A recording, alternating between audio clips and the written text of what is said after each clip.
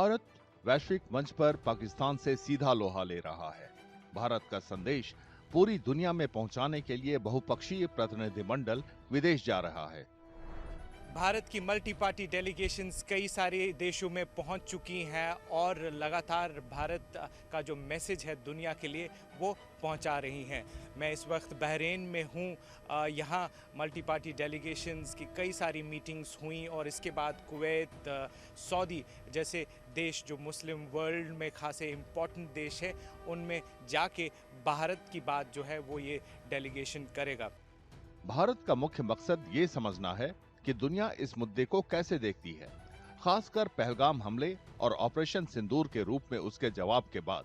भारत दुनिया को बताना चाहता है कि ये दो देशों की लड़ाई नहीं, बल्कि वैश्विक आतंकवाद का मुद्दा है।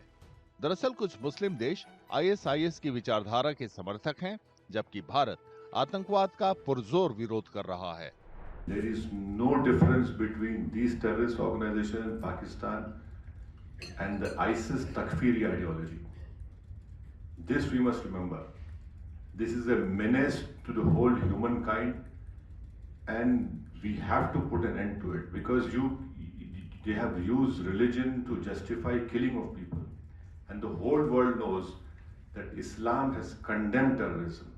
Quran has categorically stated that killing of one innocent person, the Quran has not said killing of one innocent Muslim, it says killing of one innocent person is like killing of whole humankind.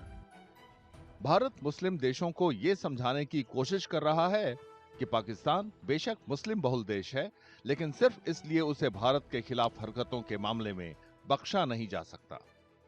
Bharat का प्रतिनिधिमंडल मुस्लिम देशों की सरकार और राजनीति में प्रभावशाली लोगों से मिल रहा है और इन देशों के थिंक टैंक से बातचीत कर रहा है। सदस्य इन देशों में रहने वाले भारतीयों से भी बात कर रहे हैं ताकि आतंकवाद के खिलाफ एक राय बनाई जा सके। The Prime Minister has made it very clear. We will have talks only on two issues because they have been illegally occupying. You know, when we got independent, the different parts went to different countries, Pakistan, India, and the British put up a system. By that system, Jammu and Kashmir signed and came to us, and Pakistan illegally occupied. And we've been having talks ever since, and war, and talk, and war, and terrorist attacks. So we will have talks only on two issues with Pakistan. That return of Pakistan occupied Kashmir and stop of terrorism. Now, if they know what to do to get us to respond. They have to take action on the terrorists who are openly operating on their soil.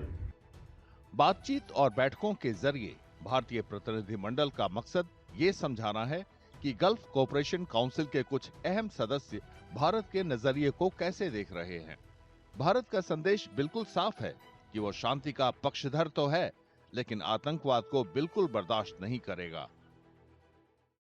गर्मियों की छुट्टी होने वाली थी, मेरे पापा आने वाले थे, तो हम लोग सभी खुश थे। तो मैं एक बेड पे चढ़ के डांस कर रहा था, लेकिन वो पहले ही आ गए।